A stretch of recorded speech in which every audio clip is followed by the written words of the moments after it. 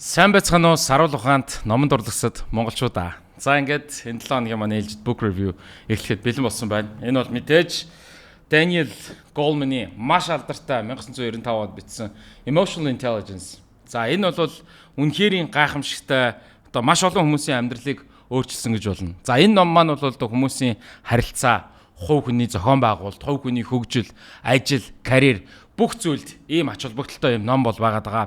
За энэ номны маань гол агуулга нь юу гэхээр зэрэг бид нар маш олон жилийн туршид IQ буюу оюун ухаан гэдэг зүйлийг маш дутуугаар, буруугаар, дутуу ойлголттойгоор бодож ирсэн байна. За тийм учраас зөвхөн IQ биш мөн EQ гэдэг маань юу юм бэ? Сэтгэл хөдлөлөө удирдах гэдэг нь ямар өөр төрлийн ухаан юм бэ гэдгийг энэ номон дээр бол гарна. За тэгээд энэ номыг яагаад санал болгож байна вэ гэхээр зэрэг жинхэнэ утгаараа нэг кофений ширээний ном буюу хаанаас нь ч аваад уншиж болохоор манай номнууд ихэнх нь ерөнхийдөө тиймэрхүү байгаа. Яагаад вэ гэхээр зэрэг энэ номон дээр авж байгаа жишээнүүд маань өөрсдөө маш сонирхолтой. За бүр ингээд 8 сартай хүүхдтэр туршилт хийсэн жишээнээс ахуулаад Харвардын оюутан дээр хүртэл ингээд ямар амжилттай, ямар ухаантай хүн ч гэсэндээ ямар сул талтай байдаг. Эсвэл эсрэгээрээ дунд зэргийн бидний мэддэг ухаантай гэдэг хүмүүс ягаад одоо илүү амжилтанд илүү хүрэх талаар бол одоо гарч байгаа. За тэгээд emotional intelligence бол ерөнхийдөө 5-9-ээс бүрдэж байгаа. За тэгээд 10 chapterт бол хуваацсан байгаа.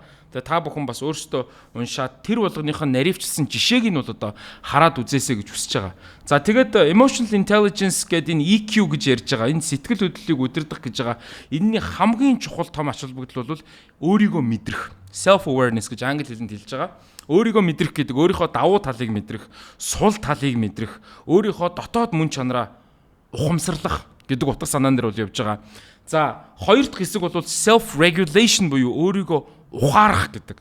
Энэ бол бас одоо өөрийгөө ухаарах гэхээс илүү өөрийгөө удирдах. Энэ маань мэдрэхийн дараагийн төвшөнд бас гарч байгаа ийм чухал ач холбогдол байгаа. За энэ дээр бол маш олон жишээнүүд бол явж байгаа. Тэгэхээр өөрийгөө удирдна гэдэг бол мэдээж бидний хамгийн энгийн хэллэгээр бол уур бухимдлыг зохицуулах. За мөн сэтгэл хөдлөл гой сайн сайхан эерэг эмоцийг ч гэсэндээ удирдах талаар бол энэ дээр хүний амьдралд хэрхэн нөлөөлж байсан магадгүй бүр асар их гай гамшигаас хүртэл аварж исэн талаар энэ номон дээр бол гарч байгаа.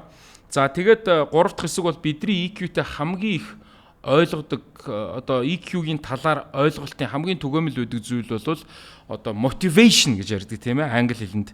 За энэ бол ерөөсөө өөрийгөө өдөөх, урам зоригийг өгөх. Motivation-ыг энэ номон дээр бол ингэж ярьж байгаа шүү. Ялангуяа одоо залуу хүмүүст зөвлөхөд ямар нэгэн бай шагналт биш.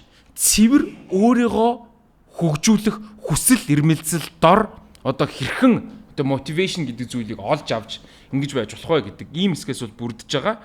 За мэдээж одоо дөрөвдөх нь бол одоо инэрх, бусдыг өрөвдөх empathy гэж ярьдаг. Empathy, sympathy англи хэлэнд бол одоо бусдын өнцгөөс одоо өөрийгөө одоо оронд нь тавьж үзэх. За бусдын тав тухыг харгалзаж үзэх. Бусдын одоо нөхцөл байдал, ашиг сонирхол өөр дээрээ авч үзэх.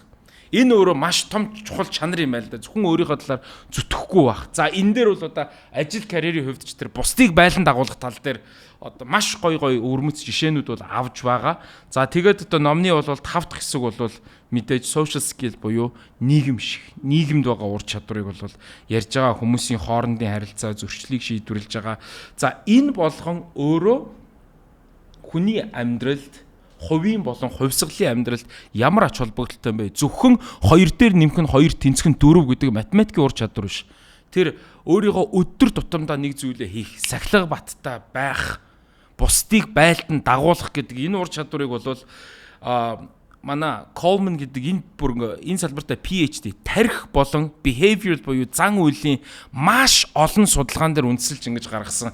Бидний ер нь хүмүүсийн ур чадвар, альва улс орон хөгжөхөд ч, хувь хүн хөгжөхөд ч ер нь ямар зүйл амжилтанд хөтэлдэг вэ гэдэг бидний олон зуун жил бодож исэн зүйлсийг өөр болгосон юм ном байгаа. Тэгэхээр та бүхэн бас боломжтой бол манай Mono English Bookstore-оос энэ номыг аваад уншаарай. За тэгээд мэдээж комментэр ч гэсэндээ дуртай хэсгээ бас илэрхийлж болно. Тэгээд бүгдд нь амжилт хүсье. See you next time.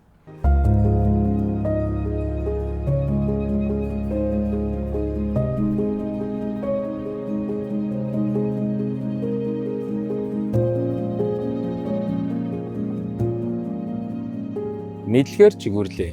Mona English Bookstore.